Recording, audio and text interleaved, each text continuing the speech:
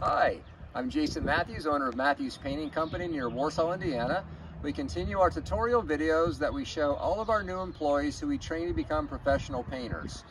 Today we're going to discuss how to use a moisture meter.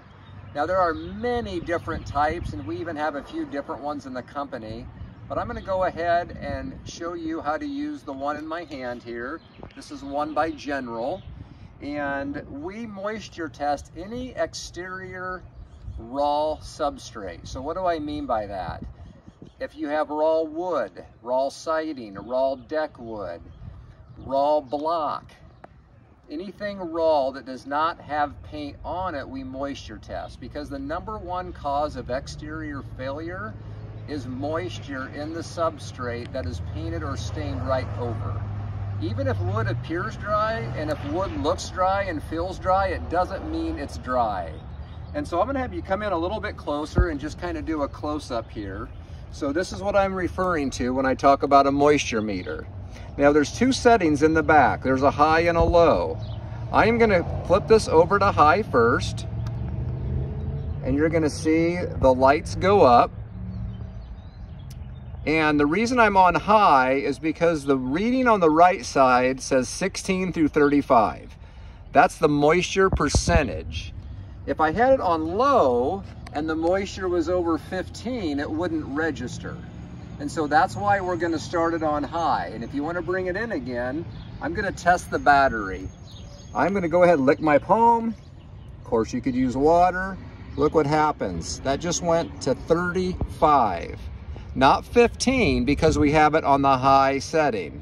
So now we know that the battery is good and that it will read moisture up to 35%.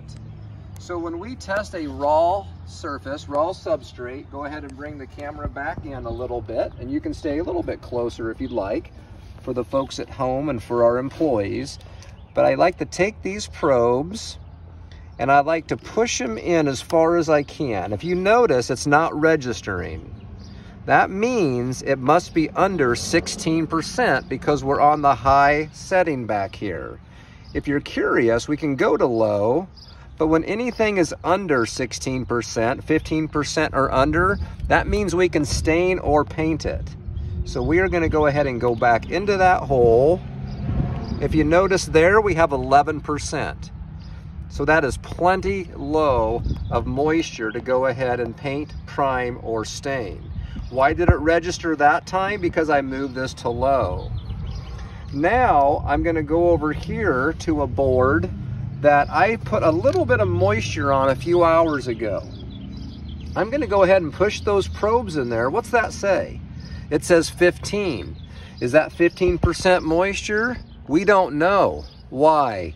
It's still on the low setting. So I always like to start out on high, because when I come back in here on this board, look where it just went. It went to 18. The reason it didn't go there the last time I just did that was because it was on low setting on the back. So there we're getting about an 18 reading. Let's see if we can get something a little higher. There, it's not as wet. There, it's not. Okay, right there we're 20%. So we would wait another day probably and then test that again. So whenever I go and test moisture in a substrate, moisture in something raw, I put it on high, I test it on like a wet palm. As long as that goes all the way up to 35% that I showed you, we know the battery's good. And then I would start testing everything on the high setting. Because if you forget and just put that on low setting and it goes to 15 to where it maxes out, if you're not thinking, you might say, hey guys, we're at 15% moisture, we can paint and stain. No, you may not be able to, because you need to turn it to the high setting. So I'd rather go to high setting so you can see if it's going to go over this number right here again, 15.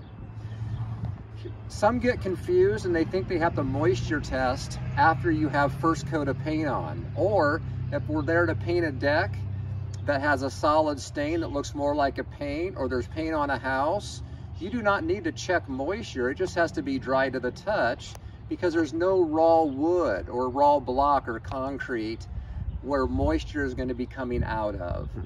The other thing that can be a false read is if you're there in a really dewy early morning.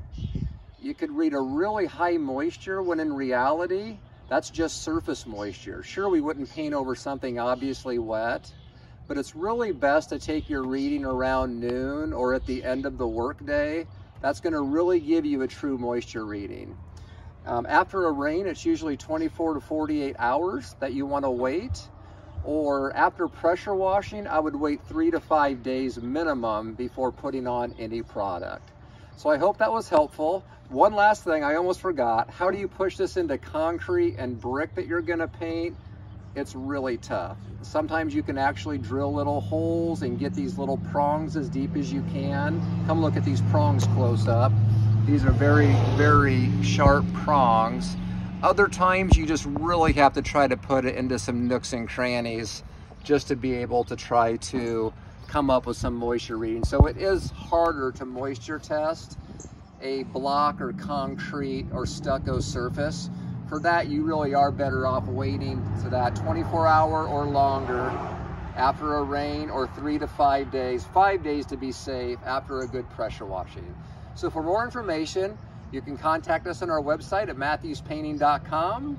And if you liked what you saw, give us a thumbs up on our YouTube page.